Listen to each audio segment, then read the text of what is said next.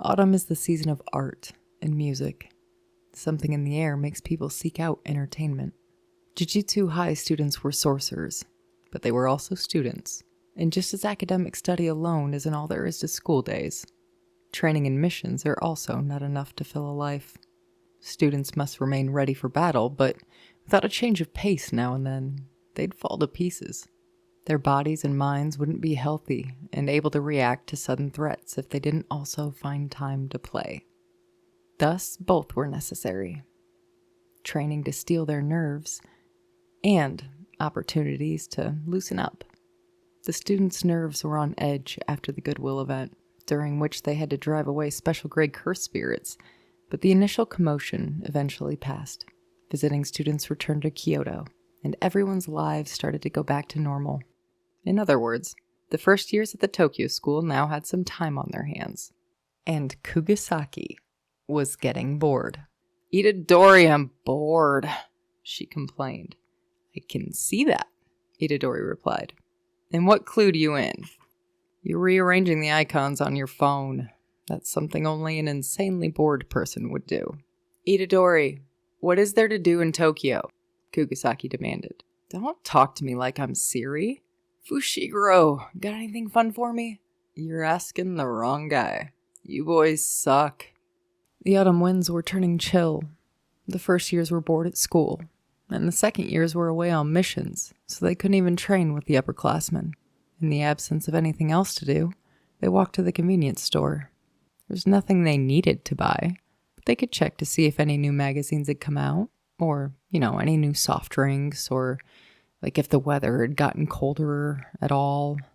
Gojo had once speculated that convenience stores were a place where sorcerers, who often find themselves feeling detached from the outside world, could follow the trends. But in the student's experience, he rarely said anything seriously.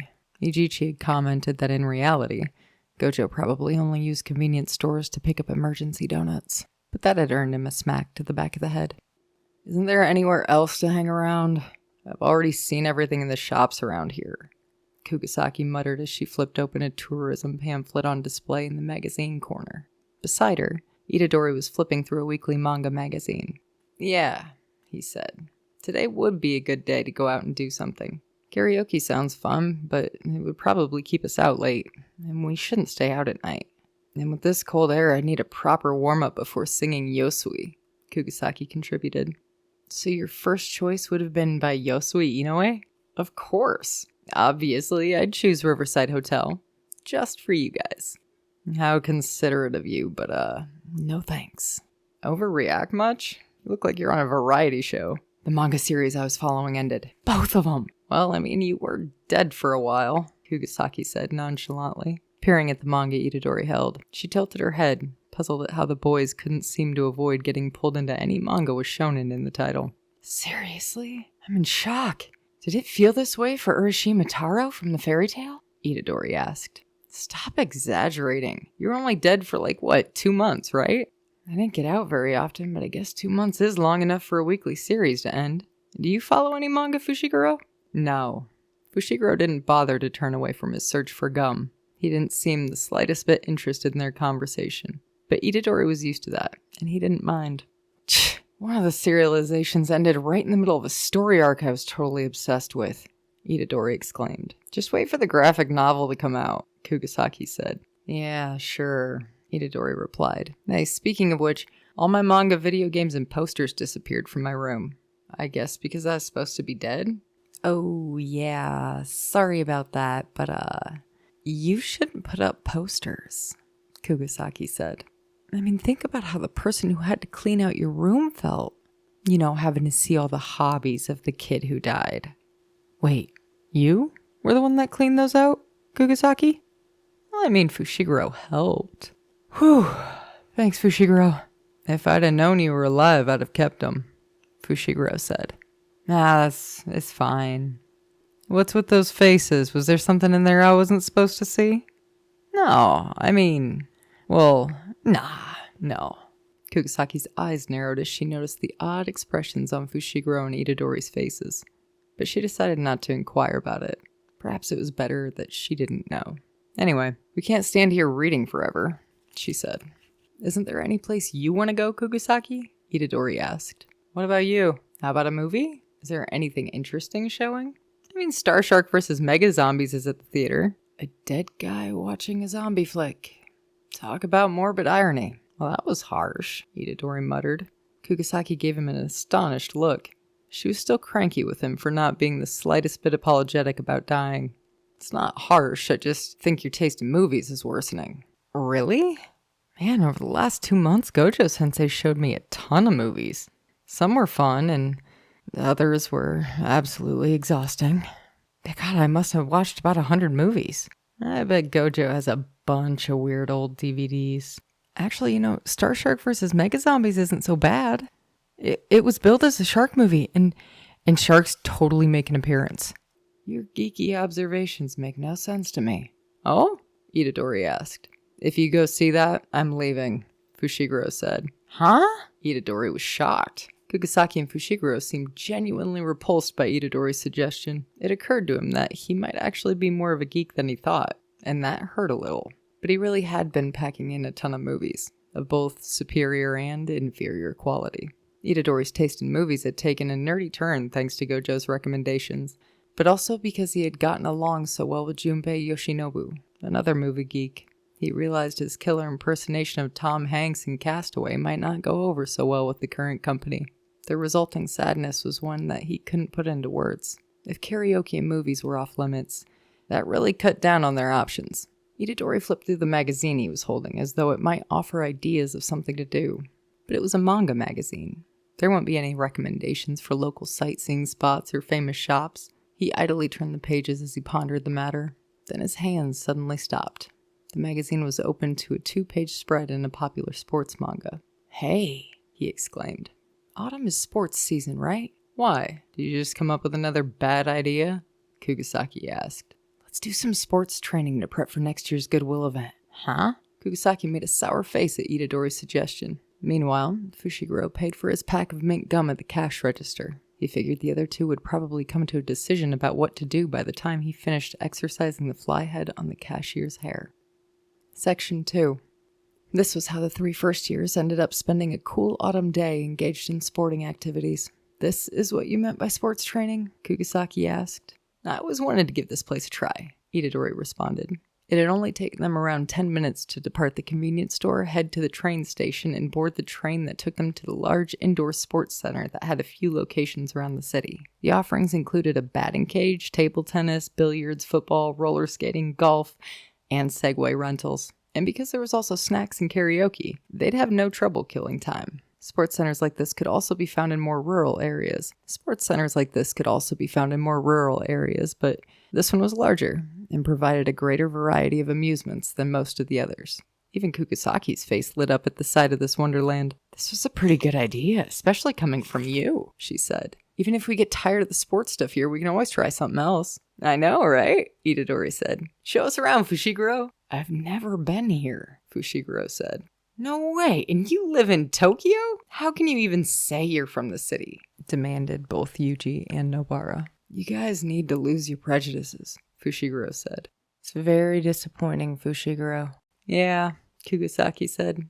A person needs something to do other than setting ducks on fire. Why would anyone do that? Fushiguro asked. He was beginning to acclimatize to Yuji and Nobara's bizarre moods. In any case, there was a lot to do here, so if he just let them go their merry way, they'd find something to occupy themselves with. He was wondering what he himself would do to pass the time, when he saw an arrow leading to the arcade area. The video game corner looked substantial, but he definitely didn't want to play another fighting game. The game Yuji had talked him into playing at Akihabara a while ago had been pure torture. A huge variety of sports equipment was available to try, and Yuji and Nobara were both the active type, so he didn't think that they'd be interested in playing video games. Just then, he looked over and saw his 2 friends chatting away in the reception area. Oh my god, cool, Kugisaki, we can ride a Segway, Itadori said. Seriously? Tokyo is already the city of the future, Kugisaki responded. Can just anybody ride a Segway? Well, it's not like you need a license to drive a go-kart, do you? Point taken. I mean, if we pass up this opportunity, we may never have an opportunity to ride a Segway for the rest of our lives. Exactly. Let's play Mall Cop. What? I don't know that movie. Well, I mean, at least you knew it was a movie. Ooh, I like this kind of segue. It looks like the hoverboard in Back to the Future. Okay, dude, you've got a problem. Is this what months of doing nothing but watching movies does to the human brain? Fushiguro, which Segway do you want to ride? Itadori said. I think you should ride the normal kind. That'd look hilarious, right? I want to see that. Fushiguro with the perfect posture on a Segway. We need to make it happen. Fushiguro realized then that they were including him in their Segway plans and stopped looking for other ways to pass the time. He might have been able to fend one of them off, but victory against both was hopeless. All right, y'all. That is section 1 and 2 of the final chapter of the second light novel. Long time no see. The only thing I want to point out is that last line from Fushiguro. Now that JJK has ended, now that we know what that final chapter looks like, that statement is kind of funny. He can argue with one of them all he wants. He certainly can. But if both of them are there, he's going to be a geek on a Segway. Like, Megami is a man of few words. He doesn't really say too much, ever. I mean, Yuji and Nobara genuinely have to beat the information out of him. They didn't know that he had a sister, at all. But what Megami does show up with are those little actions. Those little actions like making a fool of himself on a Segway. Or little actions like, all right, motherfucker, here's a shadow puddle for you while you're fighting Sukuna. And I don't know, potential man stuff. Sure, you can say what you want about Megami and about his conclusion, but there was a conversation that Gojo and Megami had when they were in, Roppongi, and Yuji and Nobara were inside fighting the curses or being tested by Gojo to see how crazy they were, or Nobara was. And Gojo said, you've seen it before. When a sorcerer doesn't have the nerve that it takes, gotta be crazy enough. And Megami's crazy. He's like pedigreed crazy. Like, not only is he the son of the Zenin clan, the heir of the Zenin clan, but he's the son of the fucking pariah of the Zenin clan. So from birth, like from conception, Megami is trauma. Not experiences trauma. Megami is trauma. I don't know. I think about that typo. Can you call it a typo if the voice actor actually voiced the typo? In the dub of the anime, season 2, when Toji is supposed to say, oh yeah, I named my son Megami after he boots Geto in the face. But what he actually ends up saying is, oh yeah, I named my cursed spirit Megami. No, you didn't. But since we're going to fuck up the translation, I'm going to do my best to find meaning in it. And it didn't stop there either. From the time that he was 6 years old, his whole world started changing consistently. The most stability Megami Fushiguro has ever had in his life is actually waking up in the morning at Jujutsu High in his dorm and going out and risking his life to fight a curse. If we're talking a real normal day, we're just talking grade 1s, grade 2s. That's a normal, regular day for Megami Fushiguro. That's as regular as it's ever been. I mean, we throw a lot of pity at Yuji, saying that his whole world changed in 3 months.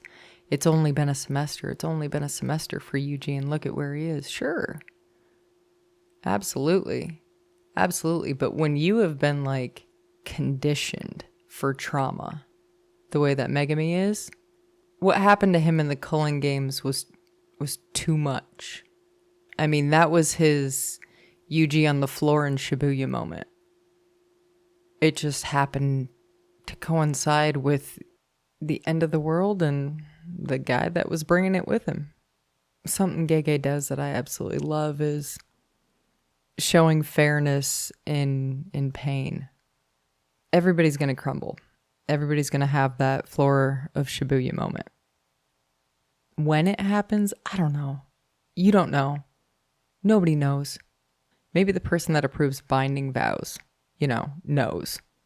But you could fall down in Shibuya and have every opportunity to get back up. Your brother could be around, feeling like hitting a black flash.